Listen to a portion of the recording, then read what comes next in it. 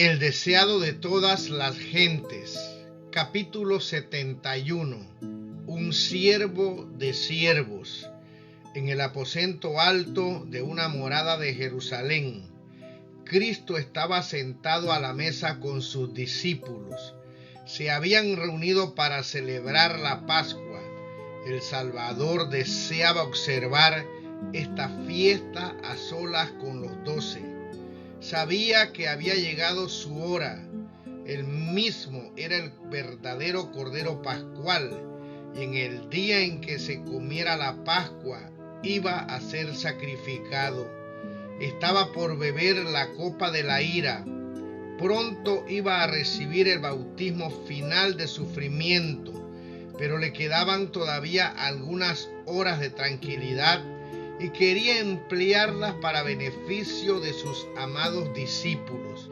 Toda la vida de Cristo había sido una vida de servicio abnegado. La lección de cada uno de sus actos enseñaba que había venido no para ser servido, sino para servir. Pero los discípulos no habían aprendido todavía la lección. En esta última cena de Pascua, Jesús repitió su enseñanza mediante una ilustración que la grabó para siempre en su mente y corazón. Las entrevistas de Jesús con sus discípulos eran generalmente momentos de gozo sereno, muy apreciados por todos ellos. Las cenas de Pascua habían sido momentos de especial interés, pero en esta ocasión Jesús estaba afligido. Su corazón estaba apesadumbrado y una sombra descansaba sobre su semblante. Al reunirse con los discípulos en el aposento alto, percibieron que algo le apenaba en gran manera, y aunque no sabían la causa, simpatizaban con su pesar. Mientras estaban reunidos en derredor de la mesa, dijo en tono de conmovedora tristeza: en gran manera he deseado comer con vosotros esta Pascua antes que padezca, porque os digo que no comeré más de ella hasta que se cumpla en el reino de Dios.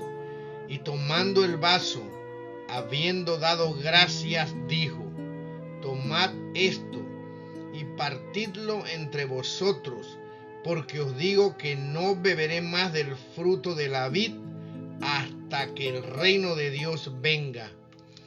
Cristo sabía que para él había llegado el tiempo de partir del mundo e ir a su Padre, y habiendo amado a los suyos que estaban en el mundo, los amó hasta el final.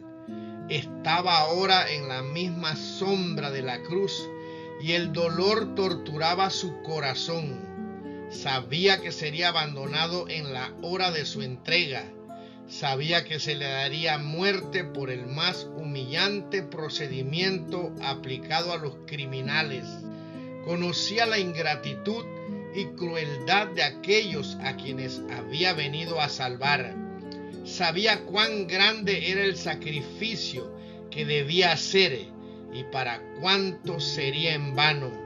Sabiendo todo lo que le esperaba, habría sido natural que estuviese abrumado por el pensamiento de su propia humillación y sufrimiento, pero miraba como suyos a los 12 que habían estado con él y que, pasados el oprobio, el pesar y los malos tratos que iba a soportar, habían de quedar a luchar en el mundo. Sus pensamientos acerca de lo que él mismo debía sufrir estaba siempre relacionado con sus discípulos. No pensaba en sí mismo. Su cuidado por ellos era lo que predominaba en su ánimo. En esta última noche con sus discípulos, Jesús tenía mucho que decirles. Si hubiesen estado preparados para recibir lo que anhelaba impartirles, se habrían ahorrado una angustia desgarradora, desaliento e incredulidad. Pero Jesús vio que no podían soportar lo que él tenía que decirles. Al mirar sus rostros, las palabras de amonestación y consuelo se detuvieron en sus labios. Transcurrieron algunos momentos en silencio. Jesús parecía estar aguardando. Los discípulos se sentían incómodos. La simpatía y ternura despertadas por el pesar de Cristo parecían haberse desvanecido. Sus entristecidas palabras, que señalaban su propio sufrimiento, habían hecho poca impresión. Las miradas que se dirigían unos a otros hablaban de celos y rencillas. Hubo entre ellos una contienda. ¿Quién de ellos parecía ser el mayor? Esta contienda continuada en presencia de Cristo le apenaba y hería. Los discípulos se aferraban a su idea favorita de que Cristo iba a hacer valer su poder y ocupar su puesto en el trono de David. Y en su corazón cada uno anhelaba tener el más alto puesto en el reino. Se habían avalorado a sí mismos y unos a otros, y en vez de considerar más dignos a sus hermanos, cada uno se había puesto en primer lugar. La petición de Juan y Santiago de sentarse a la derecha y a la izquierda del trono de Cristo había excitado la indignación de los demás. El que los dos hermanos se atreviesen a pedir el puesto más alto airaba tanto a los 10 que el enajenamiento amenazaba penetrar entre ellos. Consideraban que se los había juzgado mal y que su fidelidad y talentos no eran apreciados. Judas era el más severo con Santiago y Juan. Cuando los discípulos entraron en el aposento alto, sus corazones estaban llenos de resentimiento. Judas se mantenía al lado de Cristo, a la izquierda. Juan estaba a la derecha.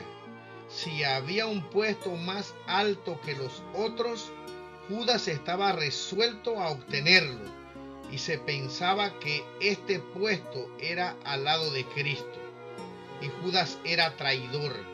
Se había levantado otra causa de disensión. Era costumbre en ocasión de una fiesta que un criado lavase los pies de los huéspedes, y en esta ocasión se habían hecho preparativos para este servicio. La jarra, el lebrillo y la toalla estaban allí, listos para el lavamiento de los pies, pero no había siervo presente y les tocaba a los discípulos cumplirlo. Pero cada uno de los discípulos, cediendo al orgullo herido, resolvió no desempeñar el papel de siervo. Todos manifestaban una despreocupación estoica, al parecer inconscientes de que les tocaba hacer algo. Por su silencio se negaban a humillarse. ¿Cómo iba Cristo a llevar a estas pobres almas a donde Satanás no pudiese ganar sobre ellas una victoria decisiva? ¿Cómo podría mostrarles que el mero profesar ser discípulos no los hacía discípulos ni les aseguraba un lugar en su reino? ¿Cómo podría mostrarles que es el servicio amante y la verdadera humildad lo que constituye la verdadera grandeza? ¿Cómo habría de encender el amor en su corazón y habilitarlos para entender lo que anhelaba explicarles? Los discípulos no hacían ningún ademán de servirse unos a otros. Jesús guardó un rato para ver lo que iban a hacer. Luego él, el Maestro Divino, se levantó de la mesa, poniendo a un lado el manto exterior que habría impedido sus movimientos. Tomó una toalla y se ciñó. Con sorprendido interés Los discípulos miraban y en silencio esperaban para ver lo que iba a seguir. Luego puso agua en un lebrillo y comenzó a lavar los pies de los discípulos y a limpiarlos con la toalla con que estaba ceñido. Esta acción abrió los ojos de los discípulos. Amarga vergüenza y humillación llenaron su corazón. Comprendieron el mudo reproche y se vieron desde un punto de vista completamente nuevo. Así expresó Cristo su amor por sus discípulos. El espíritu egoísta de ellos le llenó de tristeza, pero no entró en controversia con ellos acerca de la dificultad. En vez de eso, les dio un ejemplo que nunca olvidarían. Su amor hacia ellos no se perturbaba ni se apagaba fácilmente. Sabía que el Padre había puesto todas las cosas en sus manos y que Él provenía de Dios e iba a Dios. Tenía plena conciencia de su divinidad, pero había puesto a un lado su corona y vestiduras reales y había tomado forma de siervo. Uno de los últimos actos de su vida en la tierra consistió en ceñirse como siervo y cumplir la tarea de un siervo. Antes de la Pascua, Judas se había encontrado por segunda vez con los sacerdotes y escribas y había cerrado el contrato de entregar a Jesús en sus manos. Sin embargo, más tarde se mezcló con los discípulos como si fuese inocente de todo mal y se interesó en la ejecución de los preparativos para la fiesta. Los discípulos no sabían nada del propósito de Judas. Solo Jesús podía leer su secreto. Sin embargo, no le desenmascaró. Jesús sentía anhelo por su alma. Sentía por él tanta preocupación como por Jerusalén cuando lloró sobre la ciudad condenada. Su corazón clamaba: ¿cómo tengo que dejarte? El poder constrictivo de aquel amor fue sentido por Judas. Mientras las manos del Salvador estaban bañando aquellos pies contaminados y secándolos con la toalla, el impulso de confesar entonces y allí mismo su pecado conmovió intensamente el corazón de Judas, pero no quiso humillarse. Endureció su corazón contra el arrepentimiento y los antiguos impulsos, puestos a un lado por el momento, volvieron a dominarle. Judas se ofendió entonces por el acto de Cristo de lavar los pies de sus discípulos. Si Jesús podía humillarse de tal manera, pensaba, no podía ser el Rey de Israel. Eso destruía toda esperanza de honores mundanales en un reino temporal. Judas quedó convencido de que no había nada que ganar siguiendo a Cristo.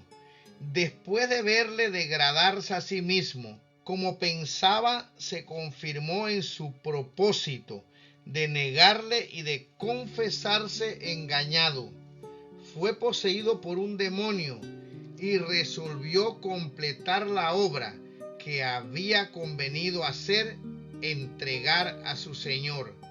Judas, al elegir su puesto en la mesa, había tratado de colocarse en primer lugar. Cristo, como siervo, le sirvió a él primero. Juan, hacia quien Judas había tenido tan amargos sentimientos, fue dejado hasta lo último, pero Juan no lo consideró como una reprensión o desprecio. Mientras los discípulos observaban la acción de Cristo, se sentían muy conmovidos. Cuando llegó el turno de Pedro, este exclamó con asombro: Señor, ¿tú me lavas los pies? La condescendencia de Cristo quebrantó su corazón. Se sintió lleno de vergüenza, al pensar que ninguno de los discípulos cumplía este servicio. Lo que yo hago, dijo Cristo, tú no entiendes ahora, mas lo entenderás después. Pedro no podía soportar el ver a su Señor, a quien creía ser hijo de Dios, desempeñar un papel de siervo. Toda su alma se rebelaba contra esta humillación. No comprendía que para esto había venido Cristo al mundo. Con gran énfasis exclamó: no me lavarás los pies jamás. Solemnemente Cristo dijo a Pedro: si no te lavare, no tendrás parte conmigo. El servicio que Pedro rechazaba era figura de una purificación superior. Cristo había venido para lavar el corazón de la mancha del pecado. Al negarse a permitir a Cristo que lavase los pies, Pedro rehusaba la purificación superior, incluida en la inferior. Estaba realmente rechazando a su Señor. No es humillante para el Maestro que le dejemos obrar nuestra purificación. La verdadera humildad consiste en recibir con corazón agradecido cualquier provisión hecha en nuestro favor y en prestar atención para Cristo con fervor.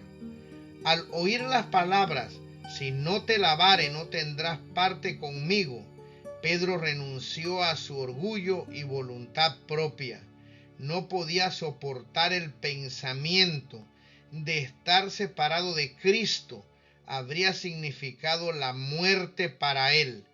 No solo mis pies, dijo, mas aún las manos y la cabeza. Dícele Jesús: el que está lavado no necesita sino que lave los pies, mas está todo limpio. Estas palabras significaban más que la limpieza corporal. Cristo estaba hablando todavía de la purificación superior, ilustrada por la inferior. El que salía del baño estaba limpio, pero los pies calzados de sandalias se cubrían pronto de polvo y volvían a necesitar que se los lavase. Así también Pedro y sus hermanos habían sido lavados en la gran fuente abierta para el pecado y la impureza. Cristo los reconocía como suyos, pero la tentación los había inducido al mal y necesitaban todavía su gracia purificadora. Cuando Jesús se ciñó con una toalla para lavar el polvo de sus pies, deseó por este mismo acto lavar el enajenamiento, los celos y el orgullo de sus corazones. Esto era mucho más importante que lavar sus polvorientos pies. Con el espíritu que entonces manifestaban, ninguno de ellos estaba preparado para tener comunión con Cristo, hasta que fuesen puestos en un estado de humildad y amor. No estaban preparados para participar en la cena pascual o del servicio recordativo que Cristo estaba por instituir. Sus corazones debían ser limpiados. El orgullo y el egoísmo crean disensión y odio, pero Jesús se los quitó al lavarle los pies. Se realizó un cambio en sus sentimientos. Mirándolos, Jesús pudo decir: vosotros limpios estáis. Ahora sus corazones estaban unidos por el amor mutuo. Habían llegado a ser humildes y a estar dispuestos a ser enseñados. Excepto Judas, cada uno estaba listo para conceder a otro el lugar más elevado. Ahora, con corazones subyugados y agradecidos, podían recibir las palabras de Cristo. Como Pedro y sus hermanos, nosotros también hemos sido lavados en la sangre de Cristo, y sin embargo la pureza del corazón queda con frecuencia contaminada por el contacto con el mal. Debemos ir a Cristo para obtener su gracia purificadora. Pedro rehuía el poner sus pies contaminados en contacto con las manos de su Señor y Maestro. Pero con cuánta frecuencia ponemos en contacto con el corazón de Cristo nuestros corazones pecaminosos y contaminados. Cuán penosos le resulta nuestro mal genio, nuestra vanidad y nuestro orgullo. Sin embargo, debemos llevarle todas nuestras flaquezas y contaminación. Él es el único que puede lavarnos. No estamos preparados para la comunión con Él a menos que seamos limpiados por su eficacia. Jesús dijo a los discípulos: vosotros limpios estáis, aunque no todos. Él había lavado los pies de Judas, pero éste no le había entregado su corazón. Éste no fue purificado. Judas no se había sometido a Cristo. Después que Cristo hubo lavado los pies de los discípulos, se puso la ropa que se había sacado, se sentó de nuevo y les dijo: ¿sabéis lo que os he hecho? Vosotros me llamáis Maestro y Señor, y decís bien porque lo soy.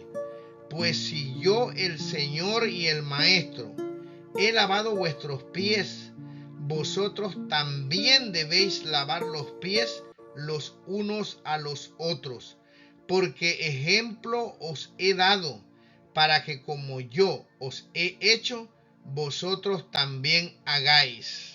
De cierto os digo, el siervo no es mayor que su Señor, ni el apóstol es mayor que el que le envió. Cristo quería que sus discípulos comprendiesen que aunque les había lavado los pies, esto no le restaba dignidad. Vosotros me llamáis Maestro y Señor, y decís bien porque lo soy. Y siendo tan infinitamente superior, impartió gracia y significado al servicio. Nadie ocupaba un puesto tan exaltado como el de Cristo, y sin embargo Él se rebajó a cumplir el más humilde deber, a fin de que los suyos no fuesen engañados por el egoísmo que habita en el corazón natural y se fortalece por el servicio propio. Cristo les dio su ejemplo de humildad. No quería dejar a cargo del hombre este gran asunto. De tanta importancia lo consideró que él mismo, que era igual a Dios, actuó como siervo de sus discípulos. Mientras estaban contendiendo por el puesto más elevado, aquel ante quien toda rodilla ha de doblarse, aquel a quien los ángeles de gloria se honran en servir, se inclinó para lavar los pies de quienes le llamaban Señor. Lavó los pies de su traidor. En su vida y sus lecciones, Cristo dio un ejemplo perfecto del ministerio abnegado que tiene su origen en Dios. Dios no vive para sí. Al crear el mundo y al sostener todas las cosas, está sirviendo constantemente a otros. Él hace que su sol salga sobre malos y buenos, y llueve sobre justos e injustos. Este ideal de ministerio fue confiado por Dios a su Hijo. Jesús fue dado para que estuviese a la cabeza de la humanidad, a fin de que por su ejemplo pudiese enseñar lo que significa servir. Toda su vida fue regida por una ley de servicio. Sirvió y ministró a todos. Así vivió la ley de Dios y por su ejemplo nos mostró cómo debemos obedecerla nosotros. Vez tras vez, Jesús había tratado de establecer este principio entre sus discípulos. Cuando Santiago y Juan hicieron su pedido de preeminencia, Él dijo: el que quisiere entre vosotros hacerse grande, será vuestro servidor. En mi reino el principio de preferencia y supremacía no tiene cabida. La única grandeza es la grandeza de la humanidad. La única distinción se halla en la devoción al servicio de los demás. Ahora, habiendo lavado los pies de los discípulos, dijo: ejemplo os he dado, para que como yo os he hecho, vosotros también hagáis. En estas palabras, Cristo no solo ordenaba la práctica de la hospitalidad, quería enseñar algo más que el lavamiento de los pies de los huéspedes para quitar el polvo del viaje. Cristo instituía un servicio religioso. Por el acto de nuestro Señor, esta ceremonia humillante fue transformada en rito consagrado que debía ser observado por los discípulos a fin de que recordasen siempre sus lecciones de humildad y servicio. Este rito es la preparación indicada por Cristo para el servicio sacramental. Mientras se alberga orgullo y divergencia y se contiende por la supremacía, el corazón no puede entrar en comunión con Cristo. No estamos preparados para recibir la comunión de su cuerpo y su sangre. Por esto, Jesús indicó que se observase primeramente la ceremonia conmemorativa de su humillación. Al llegar a este rito, los hijos de Dios deben recordar las palabras del Señor de vida y gloria. ¿Sabéis lo que os he hecho? Vosotros me llamáis Maestro y Señor, y decís bien, porque lo soy. Pues si yo, el Señor y el Maestro, he lavado vuestros pies, vosotros también debéis lavar los pies los unos a los otros, porque ejemplo os he dado, para que como yo os he hecho, vosotros también hagáis. De cierto os digo, el siervo no es mayor que su Señor, ni el apóstol es mayor que el que le envió. Si sabéis estas cosas, bienaventurados seréis si las hiciereis. Hay en el hombre una disposición a estimarse más que a su hermano, a trabajar para sí, a buscar el puesto más alto, y con frecuencia esto produce malas sospechas y amargura de espíritu.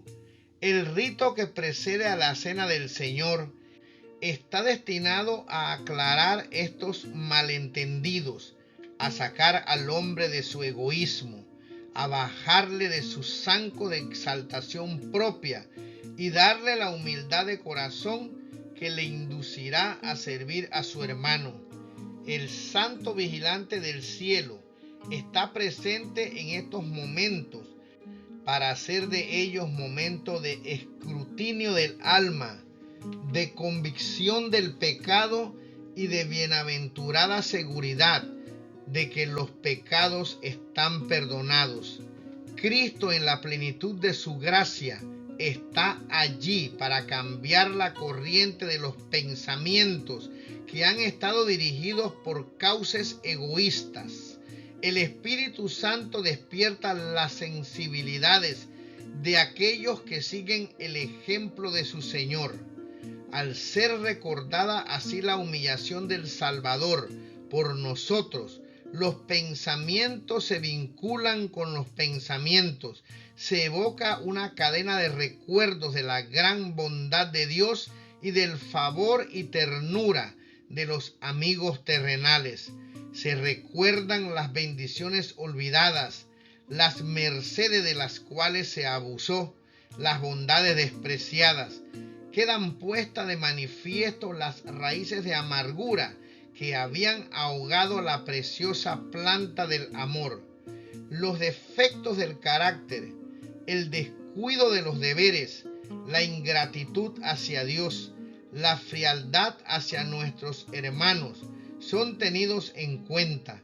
Se ve el pecado como Dios lo ve. Nuestros pensamientos no son pensamientos de complacencia propia, sino de severa censura propia y humillación. La mente queda vivificada para quebrantar toda barrera que causó enajenamiento. Se ponen a un lado las palabras y los pensamientos malos. Se confiesan y perdonan los pecados.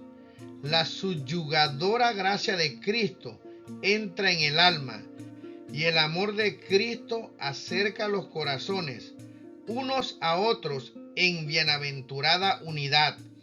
A medida que se aprende así la lección del servicio preparatorio, se enciende el deseo de vivir una vida espiritual más elevada. El divino testigo responderá a este deseo. El alma será elevada. Podemos participar de la comunión con el sentimiento consciente de que nuestros pecados están perdonados. El sol de justicia de Cristo llenará las cámaras de la mente y el templo del alma. Contemplaremos al Cordero de Dios que quita el pecado del mundo. Para los que reciben el espíritu de este servicio, no puede nunca llegar a ser una mera ceremonia. Su constante lección será servíos por amor los unos a los otros.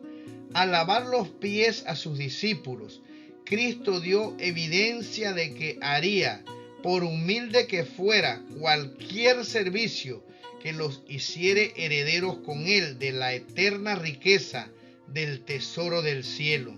Sus discípulos, al cumplir el mismo rito, se comprometen a sí mismos a servir a sus hermanos. Donde quiera que este rito se celebra debidamente, los hijos de Dios se ponen en santa relación para ayudarse y bendecirse unos a otros. Se comprometen a entregar su vida a un ministerio abnegado, y esto no solo uno por otros. Su campo de labor es tan vasto como lo era el de su maestro. El mundo está lleno de personas que necesitan nuestro ministerio. Por todos lados hay pobres, desamparados e ignorantes. Los que hayan tenido comunión con Cristo en el aposento alto saldrán a servir como Él sirvió. Jesús, que era servido por todos, vino a ser siervo de todos, y porque ministró a todos, volverá a ser servido y honrado por todos. Y los que quieren participar de sus atributos y con él compartir el gozo de ver almas redimidas, deben seguir su ejemplo de ministerio abnegado. Todo esto abarcan las palabras de Cristo. Ejemplo os he dado, para que como yo os he hecho, vosotros también hagáis. Tal era el propósito del rito que él estableció.